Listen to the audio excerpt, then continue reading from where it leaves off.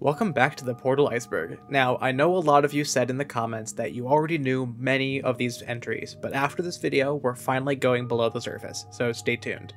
Watch this one all the way to the end for comment responses. Thanks again to It's the Bean Guys for making this iceberg and helping me research it. First in this video, we have E3 beta maps. Portal 2 was first announced at E3 2010, where several maps were shown. Most of what appeared at E3 was basically what ended up in the release, but there are some changes. The end of the trailer shows what looks to me like Chamber 12 from the first game. It's also worth noting that a lot of the material made for E3 was very rushed, including this model of GLaDOS used in the trailer. Aussie Flowl has made an excellent video about this model. Portal's 19th test chamber ends in a fire pit where the music 4000 degrees Kelvin plays in the background. The sound script file for this map mentions O Fortuna, suggesting that at some point in development they intended to use the existing song. I can't play it for you because YouTube. O Fortuna is a loud poem from the 13th century that was set to music by German composer Karl Orff in 1936. After it appeared in Mission Impossible 2, it was called the most overused piece of music in film history, to the point that it's become satirical. This next one might be fairly obscure if you haven't played much of the Portal 2 co-op mode. At the end of the 6th course of the co-op mode, you discover a bird has made its nest deep in the building. You end up chasing the bird away, but discover it has laid eggs. GLaDOS adopts the chicks and names one of them Mr. Chubbybeak. I'm not aware if anyone has proposed this theory earlier, but in 2013 Game Theory posted a video suggesting that the companion cubes may contain previous test subjects and Aperture employees. This video is how I first discovered Portal, and I think I probably watched it sometime around 2014-2015. Unfortunately, several of his evidence points are incorrect. For one, he claims that GLaDOS has only used language like worthless to describe humans. This is incorrect. She uses similar language for the robots. Orange, can you write down all the ways you feel unworthy, ashamed, or inferior? On second thought, we don't have the time. Second, MatPat plays an audio clip of what's supposed to be the companion cube being disintegrated, and claims it sounds like a human calling for help or screaming. Except this sound effect is not from the companion cube, it's from the radio. Finally, he points out that emancipation grids mostly don't affect organic matter, so sending a companion cube through one would reveal a human body hidden inside, according to his theory. Since neither game allows you to emancipate a companion cube, he suggests it's a way for the game to hide this dark secret. What he leaves out is that the emancipation grids use the same audio and visual effects as the disintegration we just talked about. Companion cubes get disintegrated up to 3 times in Portal 2, and we never see anything hidden inside. Hey, there's more Portal Iceberg coming up, but I'd like to take a quick second to thank you for all your support for this series. I know a lot of you have been saying in the comments that you're really looking forward to when this series is more complete, and in the meantime, I'd really appreciate it if you looked at some of the previous videos on my channel. If you enjoyed Portal, then there's a good chance that you'll like this one from a few months ago, where I suggested a sequel to each of Valve's games, or this one where I've repaired and modded a 2DS to play Half-Life on it. If you have ideas for other content, please do leave them in the comments below. Okay, back to the iceberg. The high energy pellet is a puzzle mechanic seen in the first game, and was replaced by the laser in the second. It remains mostly functional for use in community maps and can be fully restored using mods. The energy pellet generally dissipates and explodes after some time, behaving very similar to the Combine energy balls seen in Half-Life 2. In Test Chamber 19, a green variant can be seen which does not ever dissipate. Fans sometimes call this variant the super high energy pellet. During the lead up to Portal 2, Valve released a 27-page digital comic which followed the character Doug Ratman, the character who left the scribbles and murals you can find in both games. This comic reveals that he was the one who positioned Chell to defeat GLaDOS, and who made sure that she would survive to the second game. It can be found at thinkwithportals.com/comic. In the map Escape 00, a J made of handprints can be found on this wall. It's too dark to see with the shadow, but switching on full bright makes it easy to see. This is likely a signature from one of the mappers who worked on Portal, perhaps Jeff Lane. This turret from the turret intro map in Portal 2 is considered easier than most to tip over. For this reason, fans have nicknamed it Tippy the Turret. Playing Portal on a Steam Deck causes it to display a different menu interface than you might be used to.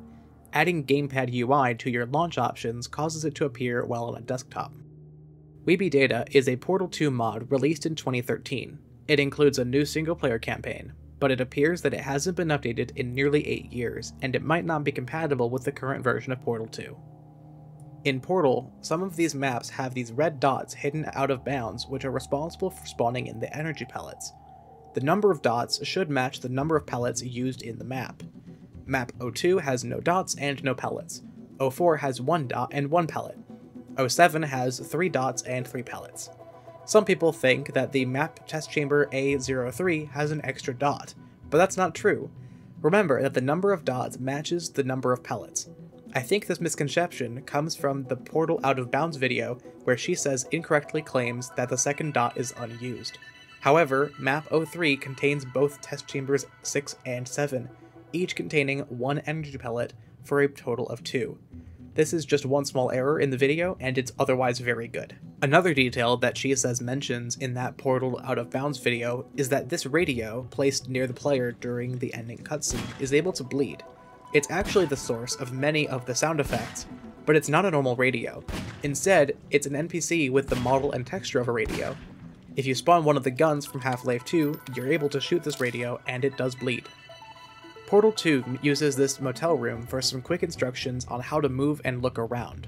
You're instructed to go to a bed, and then you wake up in the future to find the room is very run down. Not all the changes to this room can be explained by the passage of time. The painting on the wall is changed to a night scene, and this man on the wallpaper is replaced by a howling wolf. There's also a stain from a cylindrical object, like a large coffee mug, sitting on the nightstand, but there isn't an object like this in the original room. In 2011, 6ends released a pack of single-player and co-op levels for Portal 2 which made use of the Razer Hydra motion controllers. There was a matching release for the PlayStation Move in 2012. This pack allowed for free aiming of the portal gun without moving the camera, along with moving and rotating held objects, repositioning and rotating of existing portals, and the rescaling of objects. Now that 6ends no longer exists, it seems the only way to get this is through an archived version on ModDB. Even then, you'll have to downgrade to an earlier version of Portal 2 since it doesn't work with the current release. As mentioned earlier in the Iceberg, Aperture Desk Job is a tech demo released to demonstrate the Steam Deck's hardware. There's room for some debate over which of the Portal-themed tech demos might be in the same continuity as the main games.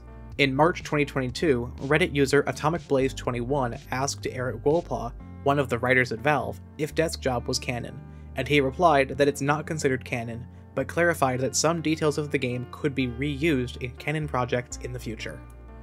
Soft locking is when a game continues to respond to inputs, but progression has become impossible. During development of my own game, Collect Call, which, by the way, is free and is Steam Deck verified, I discovered a soft lock in map 11 where throwing these boxes onto a moving platform made it impossible to progress because the player couldn't jump onto the platform on their own. I fixed it by making the platform's default position lower by 1 tile. Portal's developers discovered that similar soft locks exist in Portal 1 and 2.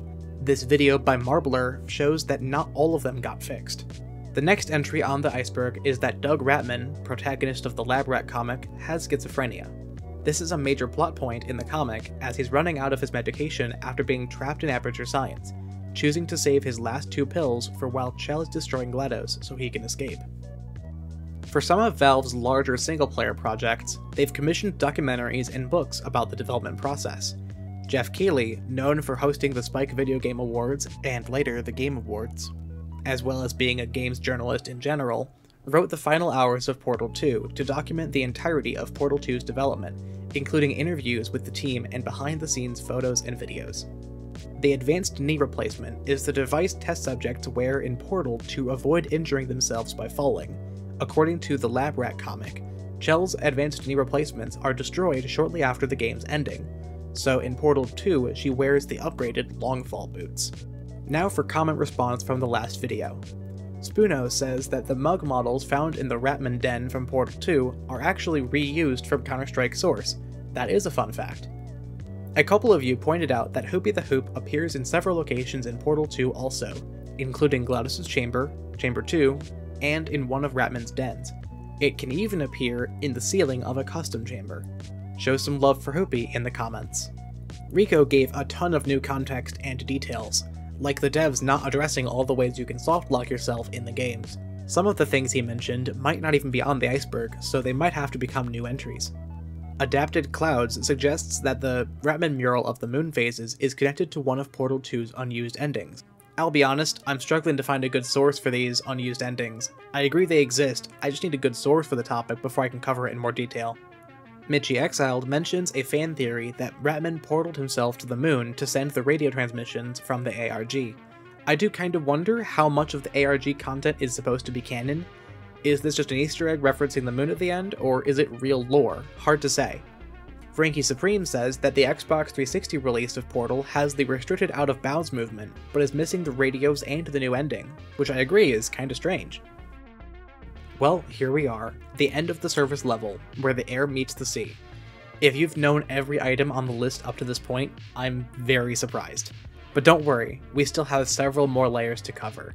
And I gotta say, researching this iceberg is getting increasingly difficult. So if you think you know Portal lore, please join my Discord to help me write these scripts because it's only going to get harder from here. By the way, if you're not so sure what to watch after this video, I have some suggestions. If you haven't seen the 2 previous videos in this series, you can find both of them in my Portal Iceberg playlist. If you're watching this at least 1 week in the future, then there are more episodes already up. Thank you all so much for this continued support, and I look forward to seeing you in the comments.